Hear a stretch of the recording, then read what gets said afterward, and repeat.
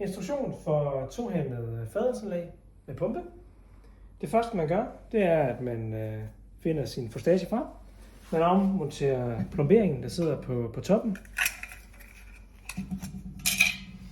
Så tager man sin kobling, og der ser man, at der sidder 2 tapper på forstagen. Og på koblingen er der gjort fri til de 2 tapper kan fikseres i hver sin side på koblingen. Så det sætter man ned, og så drejer man lige fra, og så trykker man koblingen ned.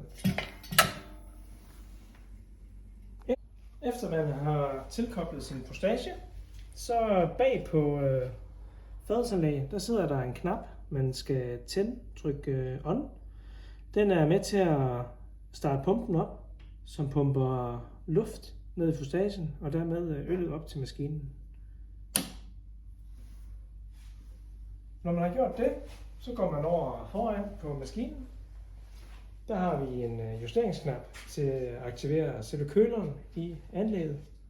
Når man drejer den, så vil den starte op, og så kan man justere den fra 1 til 6, 7 stykker, hvor koldt man ønsker, at øllet skal være. Nu står anlægget og kører i en 10 minutters tid, og når anlægget slår fra, så er den klar til, at man skænker ind for øl. Nu har anlægget kørt i en 5-10 minutters tid, og køleren har slået fra, som gør, at nu er den klar til, at vi kan skænke kold fadøl. Nu vil jeg vise, hvordan man bedst muligt får indstillet sin hane, så man får serveret en ordentlig og god fadøl. Måden man til at starte med, lukker man den her mini taphane, som sidder på toppen heroppe. Åbner den lige så stille, lægger glasset til og åbner hanen.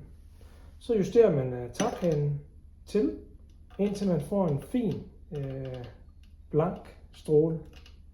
Det gør ikke noget, at øllet det løber langsomt ud i glasset. Det gør bare, at man får en så kold fadøl som overhovedet muligt.